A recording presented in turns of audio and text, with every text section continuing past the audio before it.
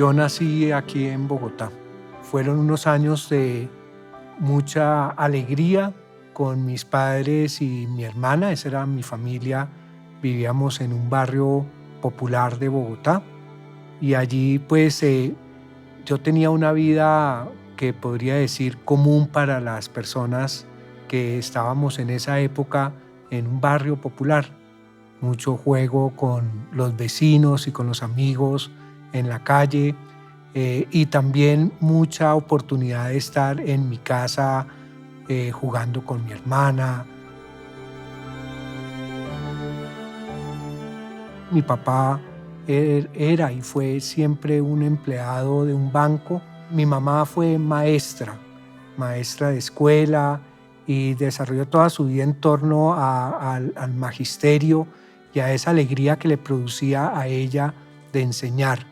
Mi madre decía que del oficio de maestra lo que más le gustaba, lo que más la apasionaba era tener la posibilidad de enseñar a leer y escribir. Había una persona muy querida para todos los del barrio, que era un señor que era el propietario de una tienda de barrio. Don Felipe tenía la característica de ser un autodidacta y le encantaba leer diferentes temas de política, de historia, de filosofía. Y yo pasaba algunas horas en las tardes en la tienda de don Felipe, escuchándole sus historias, compartiendo las lecturas que él hacía y que narraba de manera tan amena. Toda mi época de educación secundaria en el Colegio Mayor de San Bartolomé fue una vida plena de experiencias, de amigos, de actividades en todos los órdenes, porque en este momento y en este contexto de un colegio de la Compañía de Jesús empecé a entender y a conocer lo que era el sentido de la formación integral, de la formación de todas las dimensiones de la persona. Entonces, deportes, cultura, clubes de lectura, clubes de oratoria, campamentos misión, exigencia académica al máximo. Entonces era todo el día en este ambiente de colegio, en esa plaza de Bolívar tan maravillosa, en el centro de la ciudad y del país, y con muchas actividades para hacer tanto en el colegio como en los alrededores.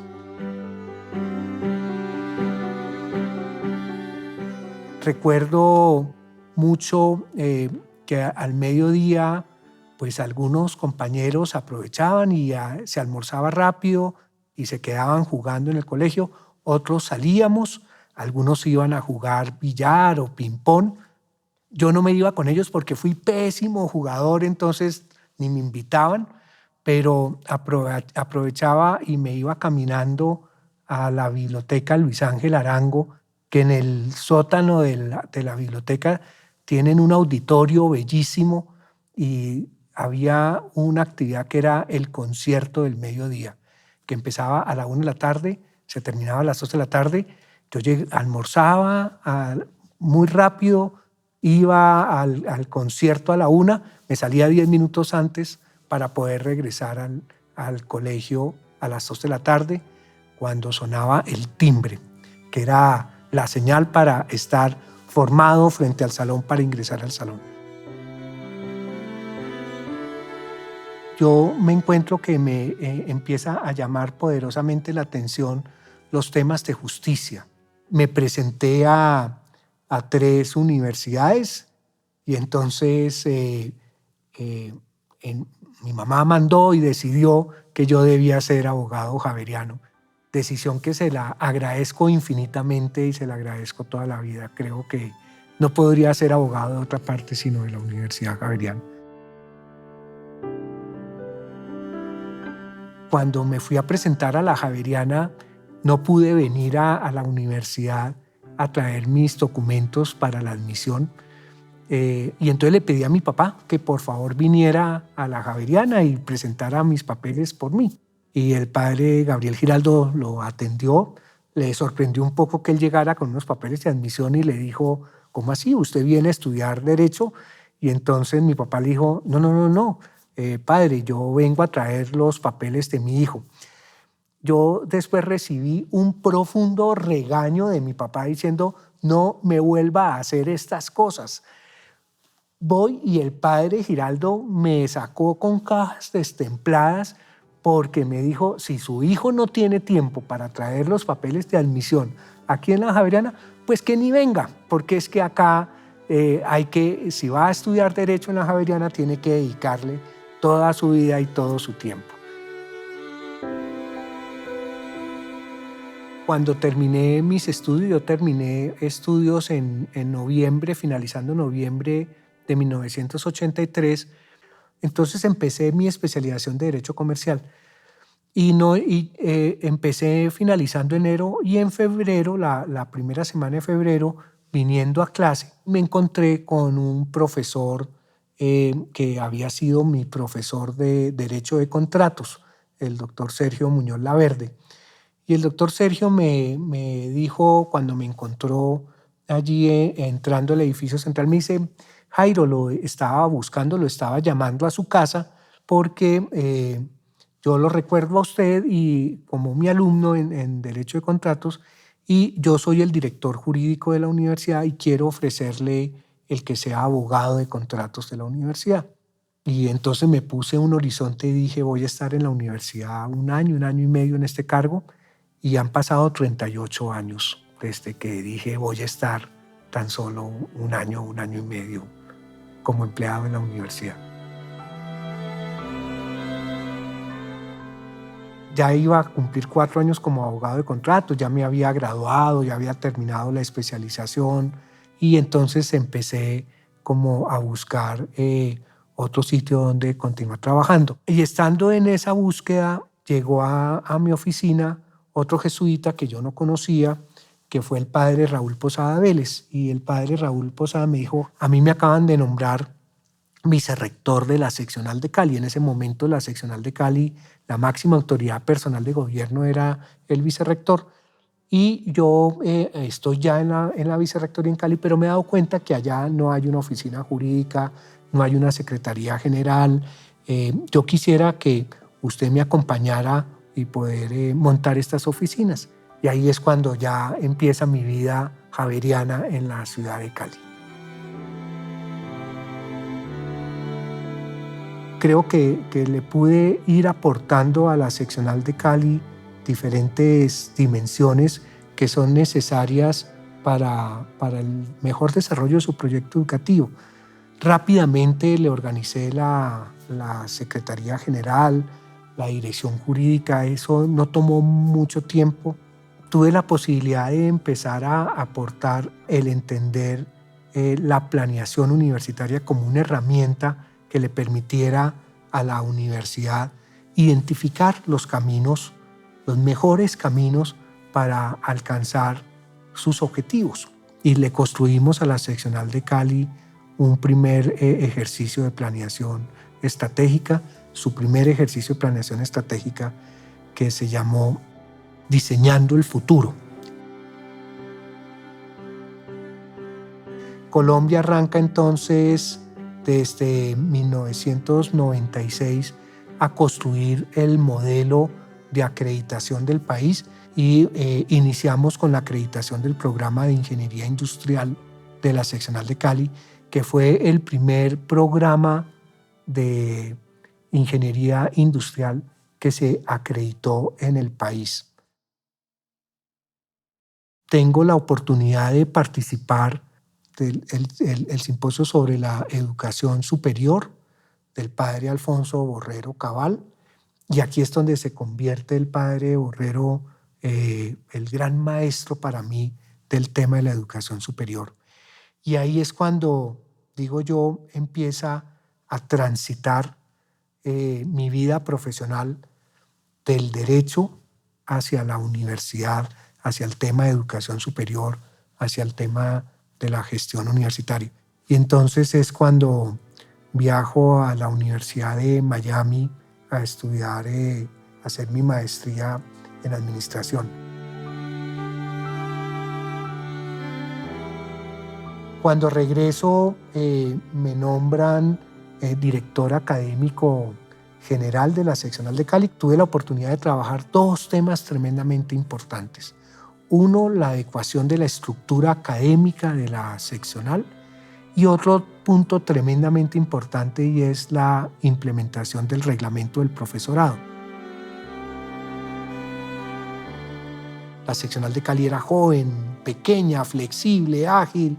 Bogotá no lo era tanto, era un poco más lenta, más pausada. Entonces llega un punto donde se llega como a la conclusión que lo mejor es que la seccional de Cali se independice y cree una propia universidad. Y construimos un documento bastante, no muy extenso, pero muy sólido, muy rico de conceptos de por qué crear una universidad independiente en la ciudad de Cali. Ese documento se tramitó por el Consejo de Regentes y en el Consejo de Regentes se aprobó y fue a Roma, a la Curia General de los Jesuitas, para hacer tránsito para la creación, y allí tomaron la decisión, en mi opinión, hoy mirado desde la distancia, creo que acertada, de no aprobar. Pero sí surge una orientación importante, y esa orientación es: denle más fuerza a la estructura y denle más autonomía y más solidez al funcionamiento de la seccional de Cali. Un fin de año, estábamos tranquilos en mi casa con mi señora, con mi hija, preparándonos para la Navidad y para un nuevo año, cuando recibo una llamada de el padre provincial de la Compañía de Jesús, el padre Horacio Arango, quien me llama y me dice: pues el Consejo de Regentes se reunió, armó una terna, y dentro de esa terna está usted para ser vicerrector académico de la sede central. Quiero que lo considere. Yo he hecho un esquema de los 3 perfiles de la terna, y el perfil que más se ajusta a este sueño de vicerrector académico es el suyo. Entonces, yo quiero que usted considere ser vicerrector académico de la sede central. Muy emocionado le dije que sí, que muchas gracias, que era un honor para mí volver a la sede central.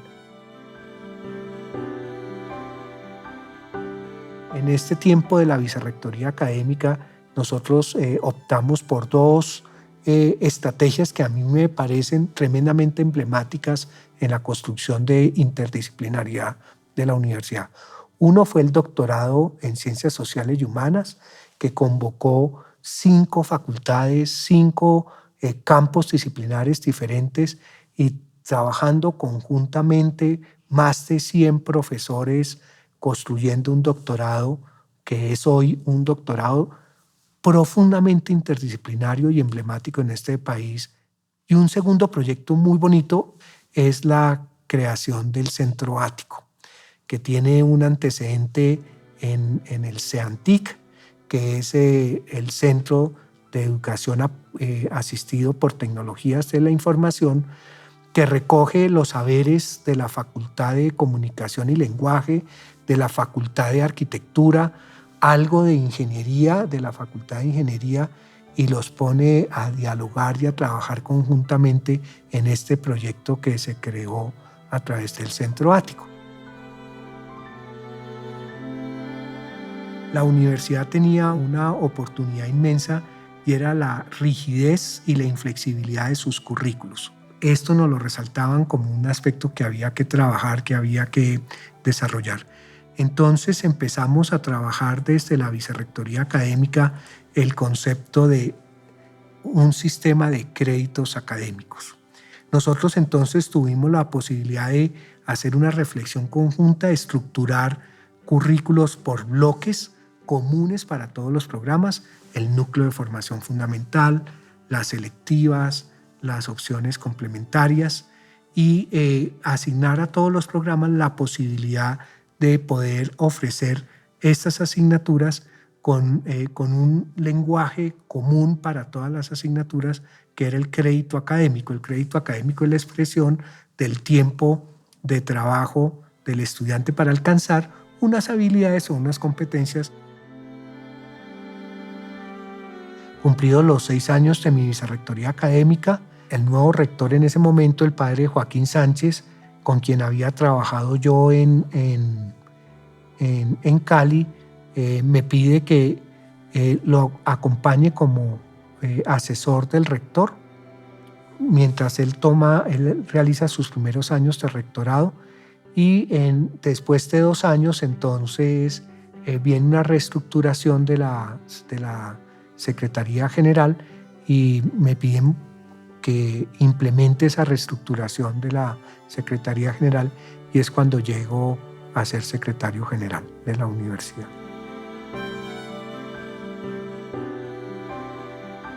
En el 2015, el Papa Francisco expide una carta encíclica que es tremendamente importante, rica en conceptos, nos muestra una cosmovisión distinta, una nueva forma de leer el mundo, de leer la humanidad, de leer las relaciones entre las personas y de las personas con la naturaleza, que es la carta encíclica Laudato Si. La Universidad Javeriana toma rápidamente, identifica esta opción como una opción realmente honda y profunda de la lectura de la humanidad y del mundo, y crea el simposio javeriano sobre la carta encíclica Laudato Si, y el padre rector, el padre Jorge Humberto Peláez, me pide que lo acompañe en la subdirección del simposio. Y empezamos un trabajo arduo, intenso, primero de conocer la carta encíclica Laudato Si, que promueve un concepto de ecología integral, que promueve un concepto de desarrollo sostenible, y esta visión pues empezamos a conocerla, a apropiarnos de ella y a incorporarla en el proyecto educativo a través de diversas actividades académicas, como le corresponde obrar a la universidad: seminarios, conferencias, escritos, libros, ponencias, proyectos de investigación, nuevos programas académicos, de tal manera que hoy en día podemos decir que el proyecto educativo javeriano es un proyecto que expresa plenamente la ecología integral y la búsqueda del desarrollo sostenible. Estando en esto, en el 2019, el Papa Francisco da un paso más y dice: mire, es importante que nosotros como humanidad tengamos un nuevo modelo cultural, un modelo cultural diferente, un modelo cultural que refleje un humanismo diferente, un humanismo que ponga realmente en el centro de toda la actividad al ser humano, a la persona, y segundo, un humanismo que sea solidario. Se ha demostrado a lo largo de la historia, dice el Papa Francisco, que la mejor forma de transformar un modelo cultural es a través de la educación. No hay mejor forma. Y entonces propone el Pacto Educativo Global. Estamos hablando de 2019. Nadie se imagina que 8 meses después íbamos a estar en medio de una crisis sanitaria mundial profundo.